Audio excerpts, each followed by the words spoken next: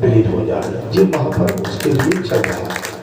हमारे बड़े भाग्य की बात है कि ये कथा के माध्यम से और इस बालाजी धाम ग्राम मराठा में इस क्षेत्र के मैं सभी पूर्वजों के लिए उपस्थित मेरे दूर दराज से मेरे आए हुए मेरे भक्तजन, मैं सभी उन आपके पूर्वजों के लिए बालाजी महाराज से प्रार्थना करता हूँ, प्रभु हमारे या सब जो आते जाते हैं इस समय आपके चरण वंदना करने आ रहे हैं आपके धाम में, इन सभी पूर्वजों पर आप दया करके इनको मुक्ति का प्रावधान करें, जिससे ये परमात्मा में विलीन हो जाए। बोलो क्योंकि कथा का मतलब, संत का मतलब, महापुरुष का मतलब रहता है कि हम अपने पुरखों के साथ साथ इस राष्ट्र के जो भी हमारे पुरख हैं, राष्ट्र हमारी सबसे बड़ी धरोहर है। राष्ट्र भारत माता हमारी पहचान है। अगर हम किसी दूसरे देश में जाते हैं तो हम भारत माता के नाम से जाने जाते हैं। अगर दूसरे राज्य में जाते हैं तो हम मध्य प्रदेश या उत्तर प्रदेश, राजस्थान एंड अदर माने हमारे 29 राज्य हैं इस समय पूरे भारत के अंदर। हम अपने अपने राज्य के पहचाने जाते हैं। हमारा धर्म हमारा सनातन है, इससे बड़ा धर्म इस विश्व के अंदर कोई नहीं। बाकी के सब उपवर्ग हैं, उपवर्ग है। क्या है महाराज? उपवर्ग है। धर्म केवल एक ही है, सनातन है, जो विश्व का कल्याण करिए, जिसको बोलते महाराज क्या? वासुदेव कुटुंबकम, इस नाम से ये विख्यात है। संतों महात्माओं, हम आज अपने जीवन को धन्य माने कि हम वासुदेव कुटुंबकम के माने अंश हैं, जिनकी ख्याति एक लोक में नहीं 3 लोकों में करते हैं। हम उनकी संतान हैं, उनकी संतान और हमारे वो जो विश्व में केवल अकेले एक है, जिनकी गाथा समूचे संसार में फैल जाती है। उनमें से बालाजी धाम भी आपका इस समय एक हो गया है। बालाजी धाम की भी गाथा इस समय आपके दुनिया में गाई जा रही है। आप अपने आप को धन्य मानिए। अर्थात बालाजी के बाद हमारी माँ, सबकी माँ, जगत की माँ वैष्णव मैया भी विराजमान है साक्षात। इसमें कोई संशय का कोई काम नहीं बनता है। कोई कह के कल, कोई कह के परसों आएंगी, तो वो तो हमेशा ही रहती है, कहीं नहीं जाती है। वो तो कई अरसे से, जब से सृष्टि का निर्माण हुआ है, ठीक है, उसी दिन से भगवती का प्राकट्य होना और अपने समूचे संसार पर वो ममता का लेप लगाकर उनका कल्याण करती है। हमारे लिए भाग्य की बात यह है कि अभी हमारे से पितृपक्ष चल रही है, इसके पश्चात महा मंगलकारी नवरात्रि का महापर्व भी प्रारंभ होने वाला है। ये 14 अक्टूबर तक शनिचरी अमावस्या तक, पितृमोक्ष अमावस्या शनिचर को पड़ रही है, शनिचरी अमावस्या है। तो उस दिन बालाजी धाम भी यहाँ है हमारा। आप अपने पुत्रों को जल पिलाएं, भोजन खिलाएं, लड्डू, पेड़े, फल, फूल, माला, धूप, दिया, बत्ती, उनकी 15 दिन तक खूब सेवा। एक दिन नहीं, हर दिन। हम एक दिन जल चढ़ाने से नहीं, हमारे कई पीढ़ियां होंगी। हम केवल अपने दादाजी को ले लेते हैं, पिताजी को ले लेते हैं, गिने चुने। ना ना ना, जब से सृष्टि उत्पन्न हुई है, जब से हमारी भूल उत्पन्न हो गई, हमारी कई दरोदर पीढ़ियां बदल गई, भूले बिसरे जितने भी हैं सबको जल पिलाओ। ये कल्याण का मार्ग है। आप भूले हुए को याद करो। जैसे आपकी किसी से मित्रता हो जाती है ना, जब आपका कोई पुराना मित्र मिलता है तो आपका हृदय एकदम गदगद हो जाता है। ऐसे ही हमारे पुरखा, हमारे मित्र, हमारा समाज, हमारे महापुरुष जब हमको कई वर्षों में मिलते हैं तो हमें बड़े आनंद की अनुभूति होती है। आप अपने पुरखों को जल खूब पिलाइए, भूले बिसरे। जिस दिन से हम तुम्हारे अंश, एक ही बात कहना है, हम तुम्हारे इस समय अंश हैं। हम अंश कहां से जो प्रारंभ हुआ, हम वहां से जल देंगे, यहां तक जल देंगे। अभी मैंने कहा कि कोई कह रहा था कभी पटा नहीं हुआ, अभी ये कौन सी बात है भाई, हम कहाँ से टपक पड़े। हमारे कोई बाबा होंगे, परबाबा होंगे, दादा होंगे, परदादा होंगे, कोई तो होंगे। हमारा वंश, हम जिस घर में जिस परिवार में आए, हमारा कई कई जन्मों का वहां से परंपरा चली आई। ठीक है, ये मैंने आपको युक्ति बता दी। और अब की और मैंने कहा 14 अक्टूबर शनिवार को पितृमोक्ष अमावस्या, और 15 तारीख से माँ भगवती के दिन प्रारंभ हो जाएंगे हमारे लिए, और सुखड़ी आने वाली है। और 15 से ही घट धरे जाएंगे। हर रोज सुंदरकांड होगा, जैसे अभी चैत्र में किया था। हर रोज जो है हवन भी होगा। और अब किसी ऐतिहासिक होने जा रहा है, ऐतिहासिक तो कोई हर चीज का भवन ऐतिहासिक रची होती है। ठीक है, जो शायद बताया है, जिस तरह से आपको अभी परसों नरसों मार्गदर्शन किया होगा, उसी मार्गदर्शन के अनुसार इस कार्यक्रम को आगे बढ़ाना है। हमारे अंदर उत्साह होना चाहिए, मायूसी नहीं, थके पर नहीं, है ना, कभी थको मत। महाराज अगर थक गए तो आप जिस स्थिति में जहां पहुंचना चाहते हो वहां पहुंच नहीं पाओगे। चलते चलना ही जीवन की सफलता है। विफलता तो बढ़ने से होती है और चलने से हमेशा सफलता तय होती है। अभी मैं यूएस में था 2 महीने के लिए, अभी 1-1.5 महीना मुझे आए भी हो गया, एक सवा 1.5 महीना तो नहीं हुआ, एक महीना कुछ दिन हो गई। वहां पर कैलाश पर्वत पर, महाराज कैलाश पर आज तक कोई पहुंचा नहीं है। कैलाश पर पहुंचा कोई? कैलाश पर हिमालय चोटी पर, क्योंकि वहां ऑक्सीजन कम है। लेकिन एक झारखंड का युवक, उसने अभी, मैं वहां यूएस में था, उस समय उसने झंडा फहरा दिया। माने ये बहुत बड़ा चमत्कार है। अब कहो कैसे कि कैलाश पर जो जाता है वह भगवान शंकर स्वयं बैठे, और वहां समय की घड़ी बहुत फास्ट है। और उसका कारण बताऊं क्यों? क्योंकि वहां अगर जाने से उम्र कम हो जाती है, वहां चक्कर चल रहा है। आपकी 50 साल की उम्र है, कैलाश पर पहुंचे, इतना चक्र चल रहा है, जोरदार समय का चक्र, उम्र ही कम हो जाती है, कुछ नहीं बात। लेकिन झारखंड का एक युवक, कहां जी रहे हो?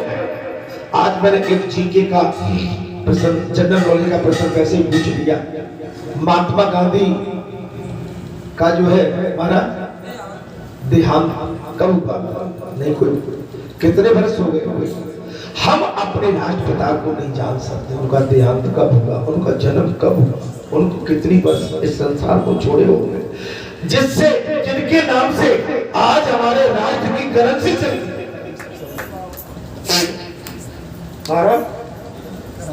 हमारे राष्ट्र की करेंसी चलती है।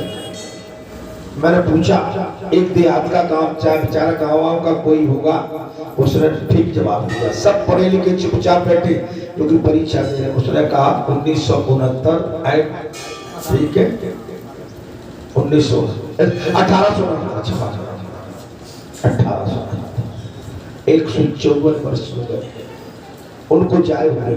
लेकिन आज भी नाम की ख्याति उनकी डंका बज रहा है विश्व के अंदर। अरे कुछ काम करो जग में रह के। ये भभूति मकड़जाल, ये दीमक तो गुण है, और दीमक जिसको लग गई उसको खोखला कर दे। संसार दीमक है। संसार क्या है भाई? इसमें नहीं लिखा है, मैं तो अपने भाव प्रकट कर रहा हूं। महाराज आप कहो तो करूं, आपको अच्छा लग रहा है? नहीं, आप रामायण की चौपाई बढ़िया कहते हैं। अच्छा, मुझे आती नहीं है रामायण की चौपाई।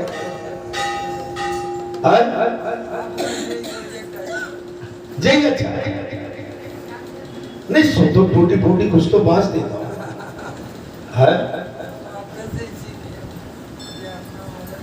मेरा आपसे अनुरोध केवल ये है, हम प्रैक्टिकल, हमें ज्ञान है, माना मुझे रामायण मुखा कंठस्थ है, गीता कंठस्थ है, मेरे सारे शास्त्र कंठस्थ है, लेकिन कंठस्थ होने के बाद उनका प्रयोग क्या, प्रैक्टिकल क्या, अपने जीवन में उतारा। सब्जेक्ट पढ़ना अलग चीज है, लेकिन सब्जेक्ट को प्रैक्टिकल में लाना वो अलग चीज जी। आप जब तक सब्जेक्ट को महाराज केमिस्ट्री में नहीं लाओगे, आप केमिस्ट्री होता है प्रैक्टिकल, आप प्रैक्टिकल में लाइए उस चीज।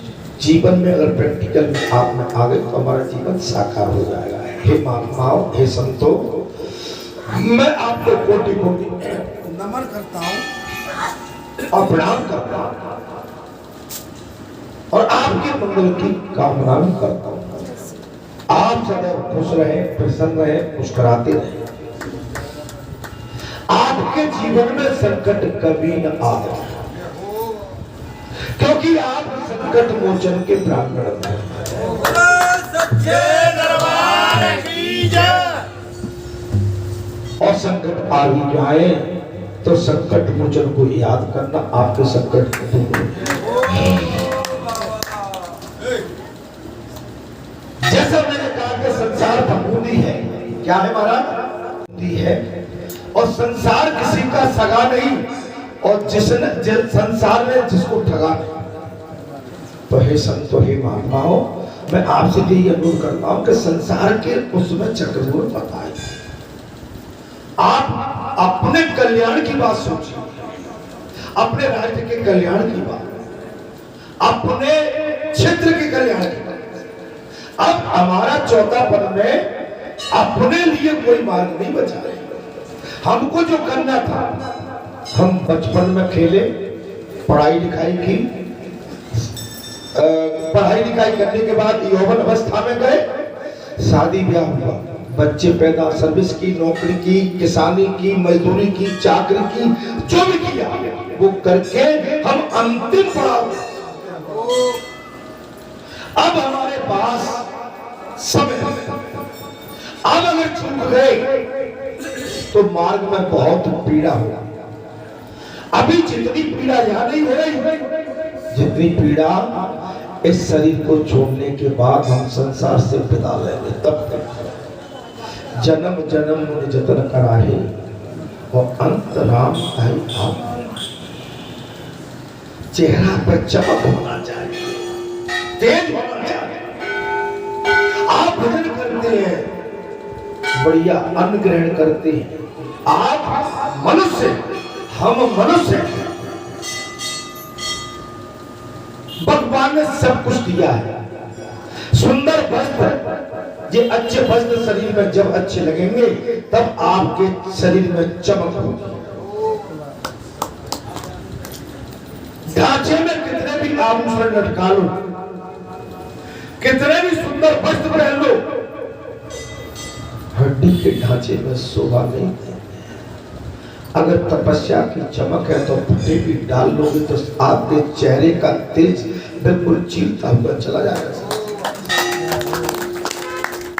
आप भरी सभा में जाएंगे, संत सभा में जाएंगे, समाज सभा में जाएंगे, भले आप कपड़े फटे पहने हैं, लेकिन आपके शरीर का तेज बोलेगा कि कोई तपस्वी चला आ रहा है। ये साधना हम कुछ समय के लिए संत बन जाए नहीं, संत तो 24 घंटे के लिए होना पड़ेगा मेरे भाई। हमारी वृत्ति संत बनी रही, आसक्ति संसार में न चली जाए, किंतु परंतु में न फंस जाए महाराज। और यहां पर ये बात हो गई महाराज कि पूर्वा बोले महादेव, आप समस्त लोगों के हित के लिए नर्मदा नदी को पृथ्वी पर ले आओ। ये बात चली थी, क्या कह डाला, मैं तो तुरंत पकड़ता हूं महाराज। आप क्या कह रहे हो, कह लो। वहाँ बोलते कि हम करके आए। हाँ बिल्कुल। वो जल नहीं दे रहे थे। हाँ। हमें जल देना चाहिए। देना चाहिए। तो वो अब जल देवी जरूरत नहीं है। जल देना ही चाहिए। तो मेरे अंदर ऐसा भाव आ रहा था तो मैं दे दूं तो बिल्कुल देना तो चाहिए। लोग आप बोले बहुत बड़ी चूक कर रहे हैं जो जल नहीं दे रहे। पिताजी तब तक तुम्हारा देने हक नहीं है। मेरे अंदर भी ऐसा भाव चल रहा था। बिल्कुल देना तो चाहिए। मैंने से महाराज भी प्रार्थना करी अपराध में ले ले लोहा बोले नहीं तुम्हारा कोई हक नहीं है। तो मैंने प्रार्थना करी फिर तो जो हमारे हाथ का जल स्वीकार करते तो हमें कुछ दर्शन दो। तो रात में मैं लेटा था महाराज जी तो कई सर्प आ गए। कुछ सर्प हमारे शरीर में लिपट गए। मैं इधर उधर भ्रम निकाला तो उन्होंने दर्शन दिए नहीं स्वीकार। जल दिया महाराज जी गए ऊपर छत में नए वस्त्र पहले सफेद वाले पूरे और बढ़िया से लेके जब जल दे रहा था मेरे आंसू निकले रो पड़ा मैं। फिर मैंने कहा महाराज अब मेरे हाथ का जल स्वीकार किया है तो मुझे फिर दर्शन दो। तो उन्होंने दूसरे दिन रात को क्या देखते महाराज हमारे फुवारे खाली लंगोटी लगी है ऐसे पतले दुबले पतले से हमारे पुत्र आ गए मैं पहचान ले वो मैंने अब मुझे विश्वास है मेरे हाथ का स्वीकार भाई बात हो ही आ गई। हम एन गया में करे आए। हम तो पिंड पिंड चुका के आ गए। क्या तो तुम्हें तो पूछना ही नहीं। मानी ये कहाँ का तुम्हारा कौन सा संकल्प है कि हम गया में तुम्हें पटकाएंगे पानी पिलाएंगे ना रोटी खिलाएंगे। ये कहाँ का संकल्प है? ये कौन सा संकल्प है? मैं गया में की अच्छी बात है वो उनके कल्याण के लिए करे। लेकिन क्या जिस पिता ने जिस दादा ने जिस बाबा ने हमारे परबाबा ने जिन्होंने हमारी वंश बली इतनी लंबी की है हम उनको भूल सकते हैं? इसलिए शंका मत करिए जल दीजिए और देना चाहिए। ये तो देर आगे भैया नारियल फोड़ देते हैं हनुमान जी आज के बाद फिर नहीं आएंगे। ये तो मतलब निकल गया तो पहचान मतलब निकल गया। राकेश क्या करता रहा मतलब निकल कोई बात नहीं अब ठीक है। मतलब निकल गया तो अब अपने पुरखों अरे राम राम हमको पुरखा तो बहुत हमारे ईश्वर है। मैंने कहा ना प्रातः काल की कथा में कहा था कि भगवान को किसने देखा है? जिसने जन्म दिया है वो हमारे लिए भगवान है। वो हमारे लिए माता पिता से बड़ा भगवान हमारे लिए संसार का कोई नहीं। और जिसने माता पिता को दुखी रखा तो वो कभी सुखी नहीं रह सकता जीवन में कभी उसको संकट घेरे गए। और जिसने माता पिता की सेवा की है माता पिता के लिए उसका भाव पवित्र रहा पवित्र भाव दुख उसके पास जीवन में कभी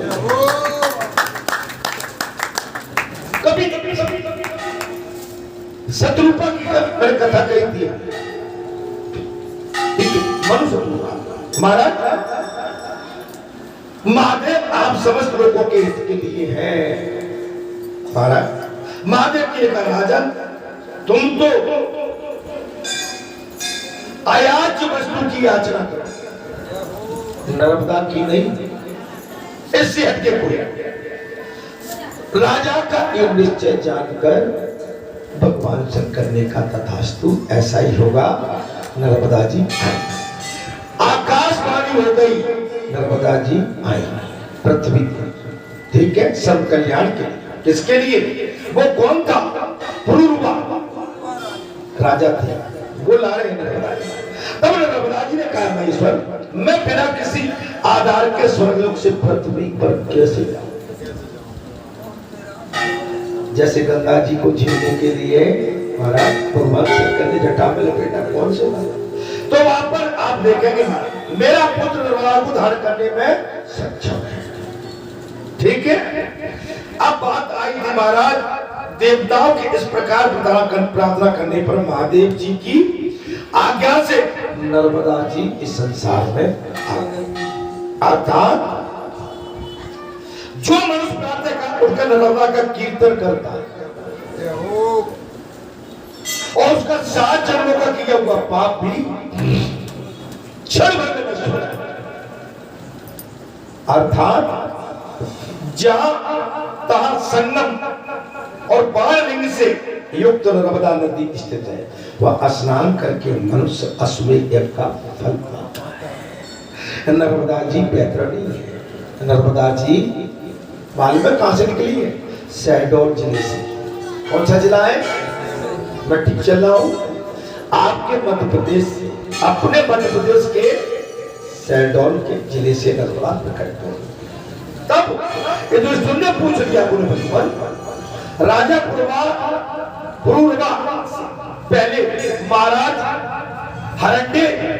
हरंडे तेजाने ने नर्मदा देवी को किस प्रकार इस पृथ्वी पर उतारा था, वो बताने की कृपा करें। इससे पहले कौन थे? हरंडे तेजा। कौन थे महाराज? हरंडे तेजा। उन्होंने नर्मदा जी को इस पृथ्वी पर किया। तब मार्कंडेय जी बोले, राजा जे युधिष्ठिर और मार्कंडेय जी का प्रसंग इस समय चल रहा है। चंद्रवंश में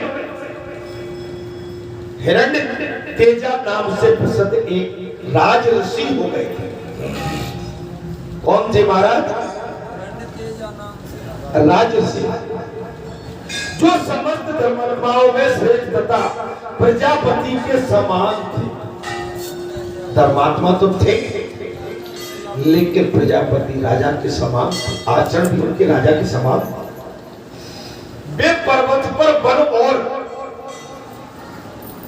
कानूनों सहित समूची पृथ्वी का एक छत्र शासन भी करते। धर्मात्मा के साथ साथ राज्य भी करते थे, अच्छी सीख देते थे, सबके कल्याण की बात देखते थे। बालाजी कहते हैं कि मेरे क्षेत्र में कोई किसी तरह की अनहोनी न हो, कोई संकट न आवे। मेरे क्षेत्र में मुझे भगवान के भजन के साथ साथ क्षेत्र के कल्याण की युक्ति भी चाहिए। और मैं इस दाम में पीठ में जो आते भगत उनके कल्याण के लिए भी मेरी कामना है। ऐसा राजा चाहे। उनकी राजधानी चंद्रपुरी में थी। उनकी राजधानी कहां थी? चंद्र, जो इंद्र की अमरावती के समान शोभा। इंद्र की अमरावती। एक समय अमावस्या को सूर्य ग्रहण लगने पर इस जम्मू द्वीप में बावली कुआं और सरोवर होने पर भी कोई नदी नहीं उपलब्ध हो। बावली थी इसमें जी दिया ध्यान करें। जम्मू द्वीप में बावली कुआं और सरोवर होने पर भी नदी नहीं, कोई नदी नहीं। जहां देवता और पितरों का विशेष सत्कार हो सकता, देवता भी और पितर भी। आ गई बात। मैंने प्रातः काल से आज यही बात कही है, लेकिन मैं जब बात प्रातः काल जो बात बाबा की निकलती है वो बात कथा में ये इतिहास है। इस बात आज प्रातः काल कही पितरों को जल दो, और वो बात आ गई। नदी बावड़ी कुएं सब थे, नदी नहीं। जो पितरों का विशेष सत्कार हो सकता, उस समय तक जम्मू द्वीप में कोई नदी नहीं थी। राजा ने लाखों कौवे, स्वर्ण, मणि, रतन, खजाने, घोड़े, अगणित मत वाले हाथी ब्राह्मणों को दान में दे। अच्छा, इस समय ब्राह्मण को जो आप बुलाते हैं ना घर में, तो ब्राह्मण को बाहर समझ के दे, उसको ईश्वर मान के, अतिथि मान के, साक्षात संत मान के उसका स्वागत कर। बाहर समझ के कि मर गए, ब्राह्मण आ गया जी, क्या हो गया, इसको कुछ सब देना भी पड़ेगा, है ना? ये नहीं। ब्राह्मण को प्यार से आप भोजन करा, संतुष्टि के साथ, बढ़िया पकवान जो घर में व्यवस्था हो, आपके जो व्यवस्था हो, मैं ये नहीं कह रहा हूं कि व्यवस्था, लेकिन दान अवश्य करें। दान में हम हाथ से बोल लेते नहीं, दान मन भर के।